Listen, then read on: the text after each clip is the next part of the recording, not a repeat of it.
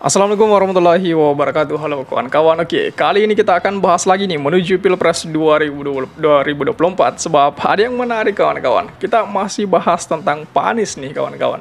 Tadi di acara di Senayan itu saya sempat nonton, Pak Anies juga memberikan solusi kepada kita semua, kepada anak-anak muda yang tentunya masih melanjutkan sekolahnya. Pak Anies menawarkan suatu solusi untuk mengatasi masalah mahalnya biaya pendidikan. Ini yang menarik untuk kita bahas, sebab biaya pendidikan selalu menjadi faktor utama seseorang tidak lanjut bersekolah.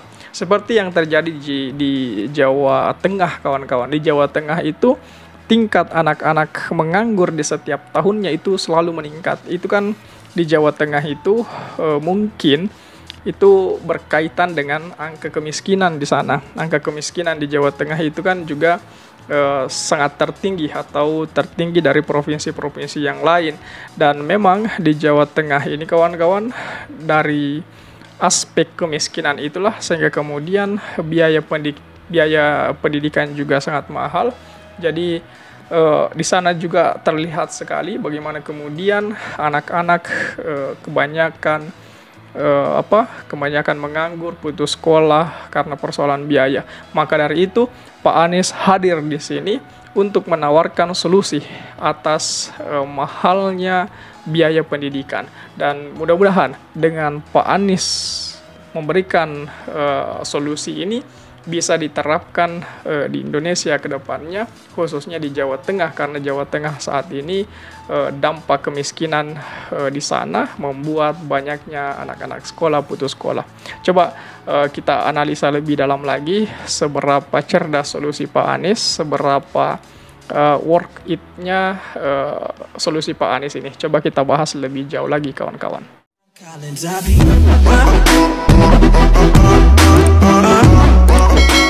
Bakal calon presiden Koalisi Perubahan untuk Persatuan kawan-kawan, yakni Pak Anies Rashid Baswedan, menyoroti biaya pendidikan di Indonesia yang mahal. Menurutnya, pemerintah harus menambah alokasi biaya pendidikan yang cukup untuk memfasilitasinya kawan-kawan. Guna mengembangkan kualitas manusia, tidak hanya sektor pendidikan saja yang perlu diingatkan, melainkan juga kesehatan. Keduanya sektor ini jangan dipandang sebagai biaya, tapi sebagai investasi. Seperti itu yang diungkapkan oleh Pak Anies. Karena negara saat ini dipandang oleh Pak Anies itu masih minim dalam mengeluarkan biaya pendidikan dan biaya kesehatan. Sedangkan dalam omset berpikirnya Pak Anies itu kawan-kawan, bahwasanya kedua hal ini, pendidikan dan kesehatan, tidak boleh dipandang sebagai biaya, tetapi harus dipandang sebagai investasi. Nah, disitulah omset berpikir dari Pak Anies yang perlu kita pahami bersama di wilayah ini kawan-kawan. Nah, hal tersebut atau ide tersebut dia dipaparkan Pak Anies dalam acara tadi itu, ada Idea Fest 2023. Dan saya lihat, nonton juga di YouTube Volix Media dini hari tadi kawan-kawan, itu sekitar pukul 8 malam tadi itu. Nah, jangan harap kalau investasinya kecil tapi menghasilkan sesuatu yang besar. Jadi ini kalimat yang diberikan oleh Pak Anies, bahwasanya ketika kita berinvestasi pada pendidikan dengan sangat kecil, maka kita juga tidak boleh mengharapkan sesuatu yang besar. Itu ketika kita menginvestasikan dalam dunia kesehatan sangat minim, maka kita juga tidak boleh berekspektasi terlalu besar untuk melihat kesehatan masyarakat kita itu. Nah, yang pertama kawan-kawan, Pak Anies menyinggung tanggung jawab negara soal pendidikan. Pak Anies menjelaskan biaya pendidikan yang mahal membuat masyarakat terbebani biaya yang tinggi. Hal ini disebabkan negara yang mengurangi porsi untuk membantu seluruh rakyat untuk mendapatkan hak mengenyam pendidikan.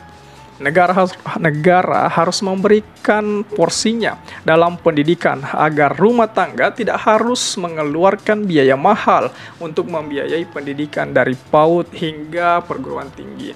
Dia menyebut, atau Pak Anies menyebut, pendidikan berfungsi untuk mengembangkan potensi dan karakter peserta didik, bukan malah menyiapkan dan mencetak anak sebagai pekerja.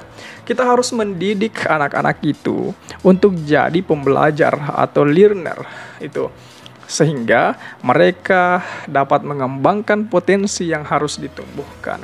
Jika seseorang anak dididik sebagai pembelajar dan learner, mereka akan selalu siap untuk menghadapi dan mempelajari apapun yang terjadi di masa depan. Pak Anies juga beranggapan, tidak ada yang bisa memprediksi apa yang terjadi di masa depan, sehingga sudah sepatutnya mengajarkan anak-anak sebagai pembelajar agar bisa memanfaatkan ilmu yang telah dipelajarinya. Kemudian yang kedua, kawan-kawan, Pak Anies menyebut negara jangan memonopoli segala urusan. Pak Anies dengan tegas mengatakan negara tidak boleh memonopoli segala urusan dan menjauhkannya dari jangkauan masyarakat. Negara harus melakukan pendekatan kolaboratif untuk membangun negara dan lingkungan yang baik. Jangan seolah-olah semuanya milik negara. Kita harus melakukan pendekatan dan kolaborasi dengan sesama itu. Jika terjadi masalah, bukan hanya negara saja yang menanggung, akan tetapi seluruh rakyat untuk mencari solusi permasalahan tersebut. Seperti itu ucap dari Pak Anies. Pak Anies merasa, kawan-kawan, saat ini pemerintah hanya meminta rakyat untuk melakukan dua hal, yakni mencoblos saat penyelenggaraan pemilihan umum dan bayar pajak, lalu sisanya negara yang memegang. Dan memang kita juga pasti teman-teman juga merasa hal itu. Kita sebagai masyarakat di dalam bernegara nih, kita hanya dalam keseharian kita sebagai bernegara, kita hanya memiliki pekerjaan dua hal itu. Yang pertama itu disuruh mencoblos ketika pemilihan, kemudian yang kedua bayar pajak gitu, dan sisanya dilakukan oleh negara itu, dan negara yang mengurus kesemuanya itu. Kemudian yang ketiga, kawan-kawan, Anies tak setuju pejabat korupsi dengan alasan agar balik modal. Ini banyak sekali yang beranggapan seperti itu dan melakukan kejahatan itu dengan alasan demikian. Karena ingin balik modal sehingga banyak para pejabat yang korup. Dan saat disinggung mengenai korupsi yang dilakukan oleh para pejabat agar balik modal, katanya, Pak Anies mengaku tidak setuju dengan pandangan tersebut. Dan jelas itu sangat miris, kawan-kawan. Dan sehingga Pak Anies bilang, saya tidak mau saat saya memegang dan kerja di pemerintahan malah bayar biaya politik seperti itu. Berbeda kalau saya kalah, kan bisa saya cari kerja untuk membayar utang tersebut. Seperti itu ucap dari Pak Anies, kawan-kawan. Bagaimana tanggapan kawan-kawan mengenai pandangan-pandangan Pak Anies ini? Coba tulis di kolom komentar. Oke? Share juga video ini supaya banyak yang tahu informasi ini dan juga bisa ikut nimbrung di kolom komentar.